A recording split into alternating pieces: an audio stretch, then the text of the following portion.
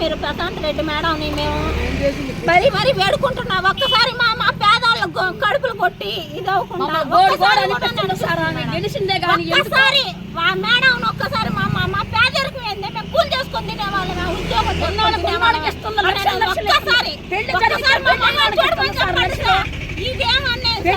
లక్షలు ఇస్తుంది. మా బాట లేదు, మా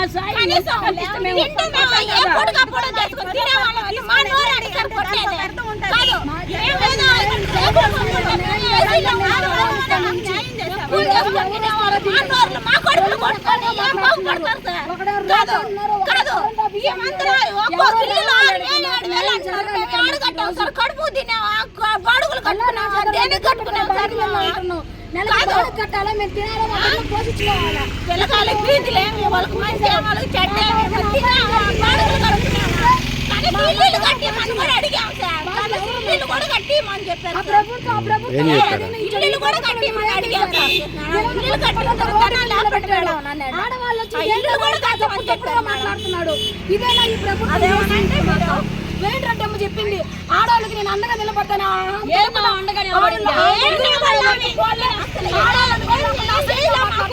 మా బాధలు మేము చెప్పుకుంటే దగ్గరుంటే ఆడాలని ఎవరు దీనికి బాధ్యుల? కడుపులో చేతులు పెట్టుకొని మేము అలవాటు ఇస్తుంటే ఆమె కనీసం మా బాధలు కూడా చూడటంలే. మళ్ళీ మేము అందరికి ప్రజలకు న్యాయం చేస్తానండి. ఇదే నా చేసిన న్యాయమా? వచ్చి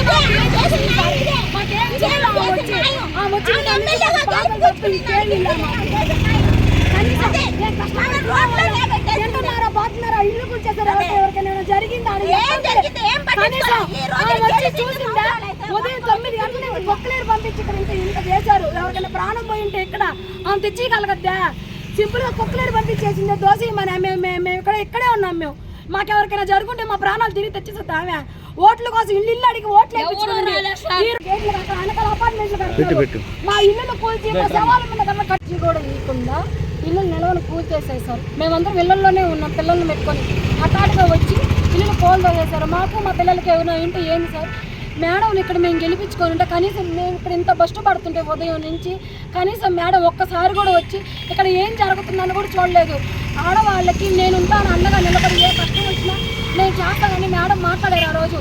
ఈ రోజు కనీసం ఇంటి ముందుకు పోయినా కానీ మేడం సమాధానం లేదు. ఆ ప్రభుత్వం మీకు ఇచ్చింది, ఈ ప్రభుత్వంలో మేమేం చేయము వెళ్ళిపోండి అన్నారు. హఠాత్తుగా పిల్ల పాపలను తీసుకొని ఎక్కడ పోయి బతకాలి సార్ మేము? ఆ సోమత లేకే కదా ఆ ఖాళీ స్థలం ఆడ పెట్టుకొని నీళ్లు కారుతున్నా సరే ఆ ఇళ్లలో బిడ్డలను పెట్టుకొని ఉంటే ఉదయం శ్రీహరి అనే అతను వచ్చి నిలవన మేము ఉన్నా కానీ మనుషులు ఇళ్లలో పిల్లకాయలను పెట్టుకుంటే నిలవన కూల్చేశారు. ఆడవాళ్ళు ఇదేంటి మా ఇల్లు కూర్చొని మేము పోతే ఈ అమ్మాయిని అసహ్యంగా తప్పుగా రోడ్డు మీద అసహ్యంగా వేసి మరి అందుకే మేము గెలిపించుకుంది ఈ ప్రభుత్వాన్ని. అందుకే వేణిరెడ్డి అమ్మాయిని మాట్లాడింది. వెనక కట్టుకుంటున్నాము, మేము వెనక ఫ్లాట్లు కట్టుకుంటున్నాం, మాకు గేట్లు కావాలని వాళ్ళు అంటున్నారు. కాలేకపోతే మేము రోడ్లు వేయాలి అంటున్నారు. గేట్లు వేయడానికి వాళ్ళకి రోడ్లు వేయడానికి ఎవరు సార్ ఇక్కడ? దీనికి ఏది జరగడం లే. అన్యాయంగా మేమే కష్టపడిపోయాం. అన్యాయంగా మేము బాడిగలలోకి పోండి, అదంటే బాడిగలలోకి పోయి ఉన్నాను అంటున్నాడు. ఎన్ని నెలలను బాడిగింట్లో పోయి బాడుగులు కట్టుకొని బతకాలి సార్? మేము ఆ పొడుగు పోయి కష్టం తెచ్చుకొని తినేవాళ్ళం. మేము ఈమెను గెలిపించుకుంది ఎందుకు? ఇన్ని బాధలు పడేదానికా?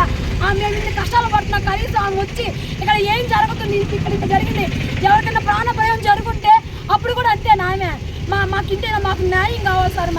మాకేదో నష్టపరిహారం మాకు నోటీసులు ఇవ్వలేదు సార్. హఠాత్తుగా వచ్చి కూల్ చేస్తున్నారు అని మాట్లాడింది సార్. 50 ఏళ్ల నుంచి ఉన్నాం సార్ ఇక్కడ మేము. ఈ 50 ఏళ్లలో ఇక్కడ కూలవాలని ఏ రోజు